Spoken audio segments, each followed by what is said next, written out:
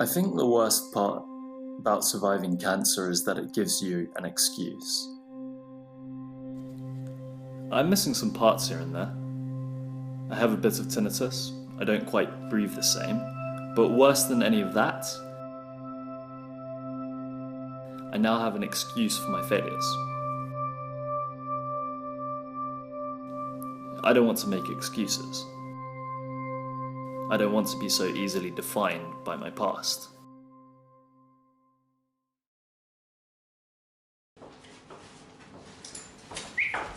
For me, stories are our way of processing trauma.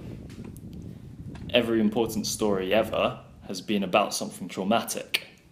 Baudrillard noted that during 9/11, the image absorbed the event and offered it for consumption. In the years after that attack, American cinema has been saturated with narratives about terrorism, even more so than before. How many times in the past 15 years have we seen New York in ruins on the big screen? This is our way of coping.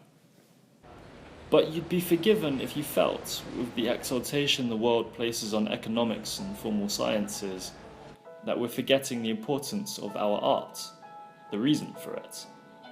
Stories are vital to our societal psyche. They help us to process our problems and, via metaphor, to find solutions.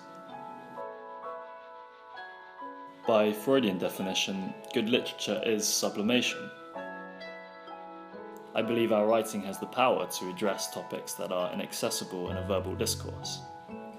It's difficult and too heavy-handed to discuss Native American democide over a Sunday pint, for example.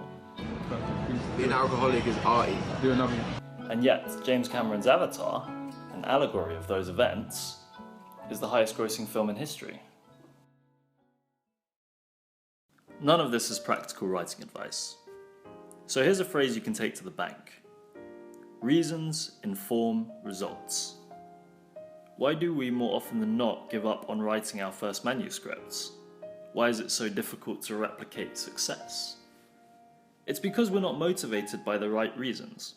Whether you're working a 9 to 5, rearing cattle, playing ice hockey, or writing a novel, you'll need a good reason behind your participation to produce a good result. I think too often we're enticed by the images of fame and wealth that are associated with creative success. So we're writing to appease a market, or we're writing for want of power.